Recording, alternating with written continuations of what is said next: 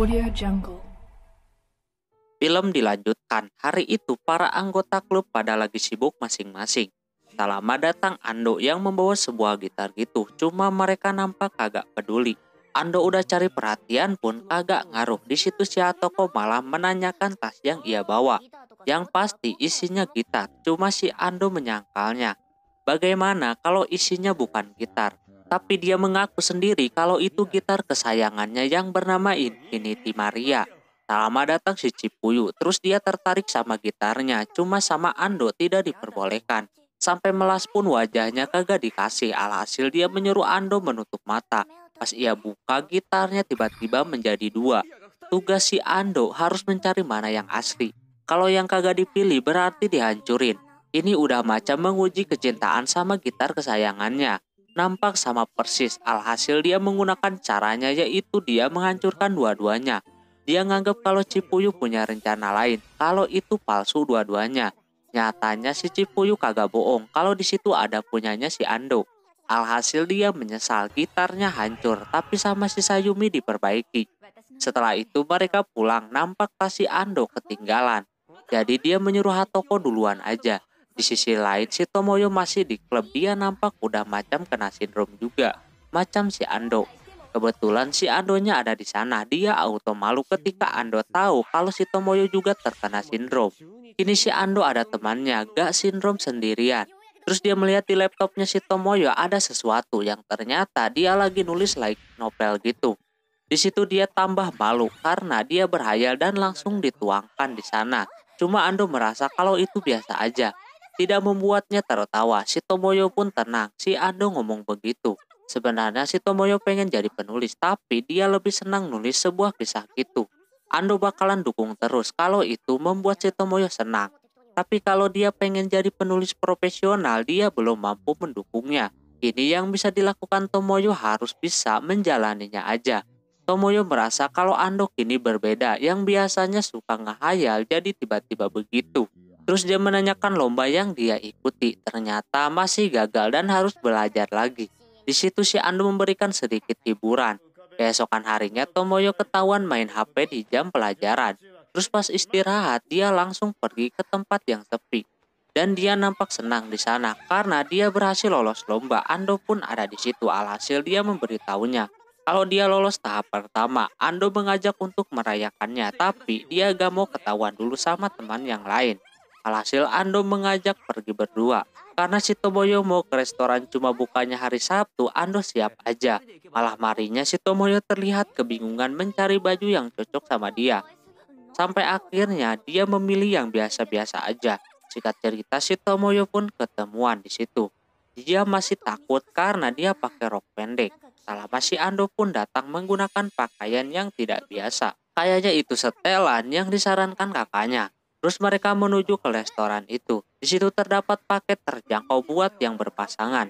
Alhasil si Ando mempunyai ide untuk jadi pasangan biar bisa memesan paket tersebut. Karena gak ada pilihan, si Tomoyo menerimanya. Sesudahnya mereka udah jalan-jalan kemana-mana yang mereka sering kunjungi sendiri. Tapi tadi mereka mendatanginya bareng-bareng. Terus di situ Tomoyo mau membeli minuman. Kali ini dia yang bayarin. Sesudahnya Tomoyo mau ngomong tentang buku yang rilis minggu ini sama si Ando. Cuma tiba-tiba suaranya kehalang sama suara jam. Jadinya kagak kedengeran. Tomoyo pun memutuskan untuk tidak meneruskannya.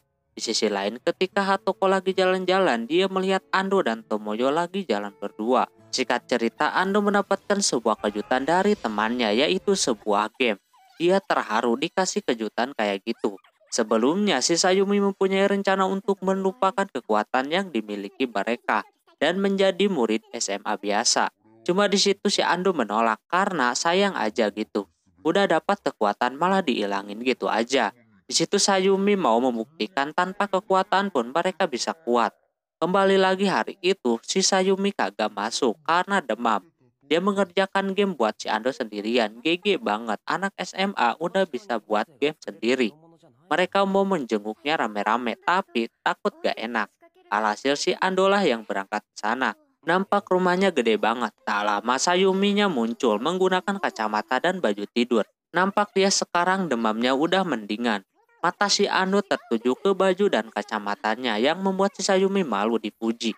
Tak lama datang adiknya yang datang-datang langsung barbar, nama dia Meiya. Dia langsung memperlihatkan buku kenangan pas Sayumi masih SMP, lalu dia pergi. Di situ Ando melihat-lihat foto-foto si Sayumi, nampak dia waktu SMP ikutan OSIS, malah jadi ketuanya. Dia aneh kenapa Sayumi kagak ikutan juga pas SMA. Lantas Sayumi langsung mengalihkan pembicaraan kalau dia mengantuk karena baru minum obat dan menyuruh si Ando pulang. Kembali flashback, akhirnya mereka berdua bertarung. Si Sayumi nantang untuk duel tanpa kekuatan dan menggunakan kekuatan. Lantas Ando udah yakin bakalan menang.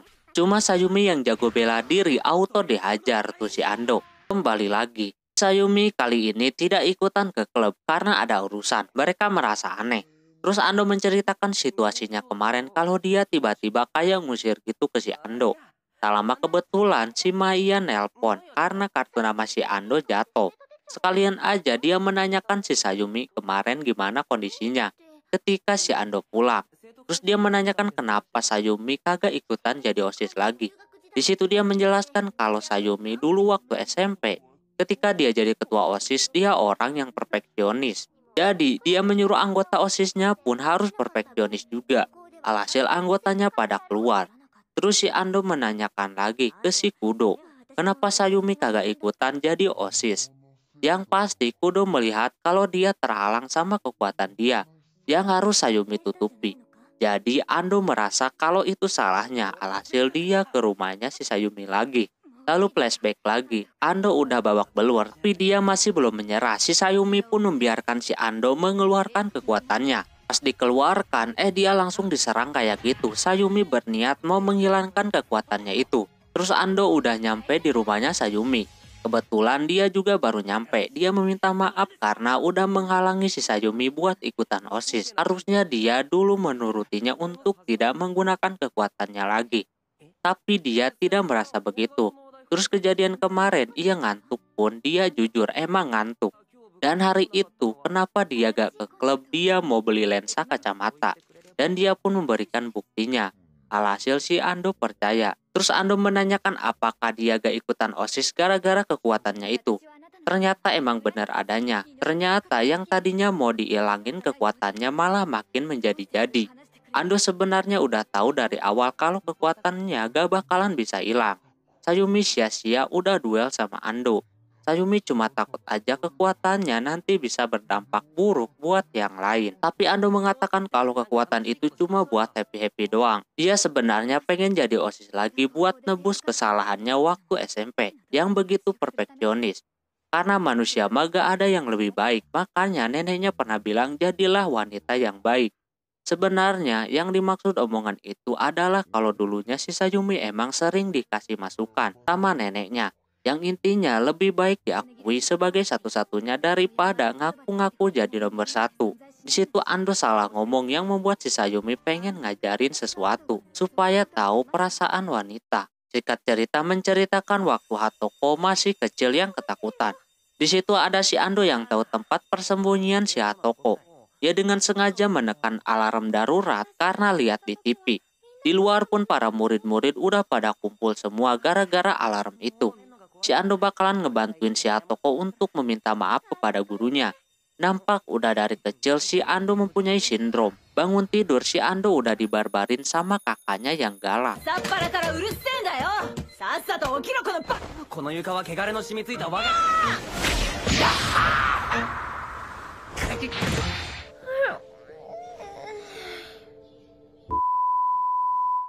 Dia menyuruh si Hatoko untuk masak di rumahnya karena orang tuanya lagi ada urusan. Alhasil dia nanyain ke si Hatoko dan si Hatoko pun mau masak buat si Ando. Tapi bingung mau masak apaan. Hatoko udah senang bisa dapat tugas begitu. Terus pas kegiatan klub, Sayumi menyuruh untuk membuat sebuah novel singkat. Mereka semua pun membuatnya sedemikian rupa. Beda dengan Tomoyo, dia tidak membuat apapun. Sayumi tidak mempermasalahkan itu, tapi ada yang aneh. Pas Hatoko ngajakin pulang, si Ando mau ngobrol dulu sama si Tomoyo sebentar. Hatoko pengen nunggu kalau sebentar, cuma takutnya kagak ngerti, jadi disuruh pulang duluan aja. Alhasil dia pulang duluan. Dia ingat waktu SMP ketika si Hatoko diberi pinjam sebuah buku oleh si Ando. yang belum ia baca karena bahasanya tidak dimengerti sama si Hatoko. Jadi si Ando merasa sedikit marah di situ. Sementara itu si Ando dan Tomoyo lagi menyatukan kekuatan mereka berdua yang nampak cuma akal-akalan doang. Sebelum si Tomoyo pulang, si Ando menanyakan kenapa tidak menyelesaikan novel singkatnya tadi. Katanya dia sedikit menurun, tapi Andi tahu alasan kenapa dia kagak nulis novelnya lagi. Sebenarnya si Tomoyo masih ada yang membuatnya bingung. Ando menyuruhnya untuk menceritakan semuanya kepadanya. Dia mau jadi teman curhatnya, alhasil dia menunjukkan sebuah gambar karakter, cuma belum tahu namanya. Tak lama Ando pulang, nampak masakan si Hatoko udah jadi, tinggal disajikan. Hatoko menanyakan udah ngobrol apa aja karena tadi bilangnya sebentar, tapi nyatanya lama. Di situ Ando dapat SMS dari si Tomoyo. Otomatis si Hatoko merasa cemburu di situ, apalagi Ando kagak ngasih tahu tadi dia ngobrolin apa aja. Lagian kalau diceritain pun Hatoko gak bakalan ngerti. Lantas Hatoko merasa kesel, omongan yang dulu selalu dia ucapkan kepada si Hatoko. Dia langsung ngoceh sambil menangis saking sakit hatinya. Dia suka digituin dan gak ngerti omongan si Ando, lalu dia pergi. Ando yang mengejar kagak ketemu, malah dia bertemu dengan si Sagami. Dia melihat si Hatoko, cuma tadi udah jauh. Sagami mengerti kalau mereka berdua lagi berantem. Secara mereka berdua itu kagak serasi, ditambah lagi si Hatoko pasti muak sama si Ando. Terus Tomoyo yang lagi ngerjain novel ditelepon Ando menanyakan si Hatoko. Cuma dia kagak kesana. Terus dia memberitahu kalau si Hatoko hilang dan kagak sengaja dia jatuh. Lalu ditelepon lagi dah sama si Tomoyo. Sementara itu si Hatokonya terus berjalan dan sampailah di kota lain. Dia sama sekali belum mengerti sindrom dan di situ ada si Kiryu. Sementara itu Tomoyo dan Sayumi datang untuk membantu mencari si Hatoko. Ando udah merasa bersalah banget, dari dulu dia selalu menekankan si Hatoko untuk mengerti maksud dari omongan dia lewat buku, manga dan novel yang selalu dia pinjemin supaya bisa ngertiin si Ando. Jadi dia mungkin gak pantas jadi temennya. Di situ Tomoyo marah karena si Hatoko selalu bahagia kalau lagi sama si Ando. Ando dibuat semangat lagi ketika dipanggil nama julukannya. Si Hatoko diajakin curhat sama si Kiryu. Dia menjelaskan arti sindrom sebenarnya. Si Hatoko kagak perlu ngertiin dia. Yang sindrom itu biasanya cari perhatian orang lain buat bisa mengerti, tapi dia sendiri kagak mau dimengerti. Jadi kalau sindrom itu bisa dimengerti, berarti udah bukan sindrom lagi. Jadi Ando perlu si Hatoko saat ini. Terus Kiryu juga bertanya apa arti kebahagiaan manusia itu. Hatoko menjawab cinta. Tapi Kiryu mempunyai sisi lain, yaitu yang terpilih. Lantas si Hatoko ngerti kalau dia pengen dipilih sama si Ando. Tak lama ada yang datang dan tiba-tiba aja si Hatoko lemas dan pingsan. Ternyata itu teman-temannya si Kiryu. Di sisi lain Ando dapat kabar kalau Hatoko belum juga pulang. Kalau gini terus gak bakalan ketemu. Akhirnya Sayumi mau mencari dengan kekuatannya. Saatnya dia menunjukkan kekuatan ke tingkat selanjutnya. Setelah itu diceritakan tentang Kiryu yang mau gelut dengan seseorang. Nampak mereka merebutkan tentang nama doang. Kiryu bakalan mengalahkannya tanpa kekuatan dan juga tanpa keluar dari bulutan itu. Karena merasa diremehkan dia pun nyerang, tapi Kiryu keluar dan menunjuknya sampai mental kayak gitu. Kiryu memberitahu kalau lawan tidak boleh percaya, alhasil dia murka. Namun dia diserap sama sesuatu bulat gitu. Berkat diserap, orang itu jadi hilang ingatan. Di mobil terdapat peri bernama Lithia dan yang nyetir adalah si Hitomi. Para peri melakukan duel begitu cuma demi buat pertunjukan doang. Tapi tidak mengganggu manusia juga. Alasan Kiryu masih ikutan gituan karena kalau bertahan sampai 8 besar bakalan dapat apapun yang mereka inginkan. Mereka nampak mempunyai masalah dari para petinggi pengawas peri. Ada yang gak akur, jadi mereka menciptakan grup yang masih level rendah atau level F buat memberhentikan perang itu. Setelah itu Kiryu ke tempat teman-temannya. Di situ tugas mereka harus membasmi para level F biar perang ini terus berlanjut. Ada satu orang yang kekuatannya di luar batas kemampuan. Kiryu punya pandangan lain yang dimaksud sama peri itu. Sebenarnya para peri lagi ada masalah internal, jadi Lithia sengaja mempercepat rencananya biar kagak terjadi ribut lagi. Kiryu bisa aja membasmi para level F. Cuma dia gak suka aja disuruh-suruh sama si Lithia. Lalu dia ke tempat sekolahan si Ando. Sementara itu Hitomi menunggu kedatangan si Kiryu. Padahal mereka terancam perangnya selesai. Di situ Lithia tahu kalau Hitomi suka sama Kiryu. Lithia mencari cara supaya bisa mempercepat rencananya itu. Sebenarnya tanpa Kiryu pun mereka dan yang lainnya bisa mengalahkan para Rebel F itu. Alhasil dia nelpon tuh rekan-rekannya dan berniat mau ke markas level F. Hitomi nampak percaya diri. Setelah itu si Kiryu bertemu dengan si Ando. Dia dapat telepon dari Lithia kalau dia diberi tugas buat membantu teman-temannya dari belakang. Karena ada satu orang yang berbahaya, alhasil dia pun mau membantu. Sementara itu Hitomi dan yang lainnya udah masuk ke markas para grup level F. Pas masuk ke ruangan orang yang dimaksud atau disebut dengan sistem, tempatnya udah pada hancur bekas bertarung gitu. Tak lama sistem itu muncul. Nampak yang suka memeriksa kekuatan, dia merasakan kalau kekuatannya sangat besar banget. Lalu tiba-tiba dia berada di depan Hitomi. Tapi untungnya si Kiryu datang untuk menahan serangannya. Ternyata mereka berdua udah akrab gitu. Sistem bakalan jadi bagian dari grup mereka.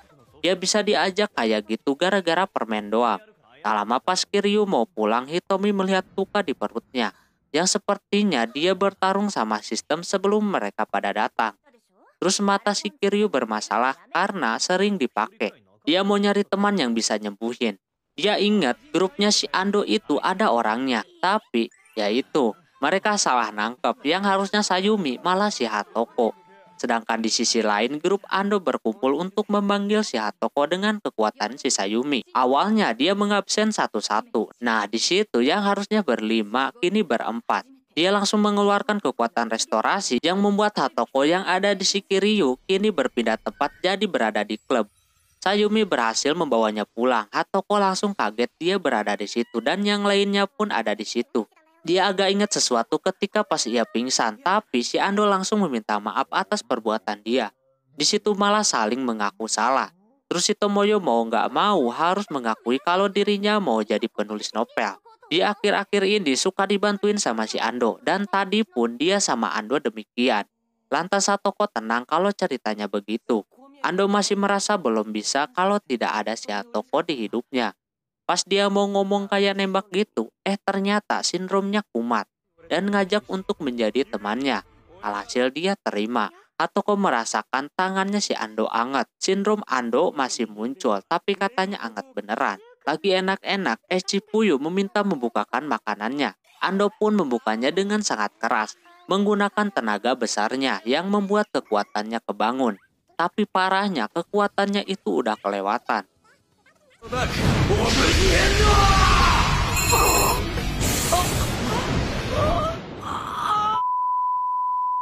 Oke, mungkin segitu dulu untuk video kali ini. Mohon maaf bila ada kesalahan dalam penyebutan nama tempat atau yang lainnya. Dan sampai jumpa di video selanjutnya. Jabatane, bye-bye.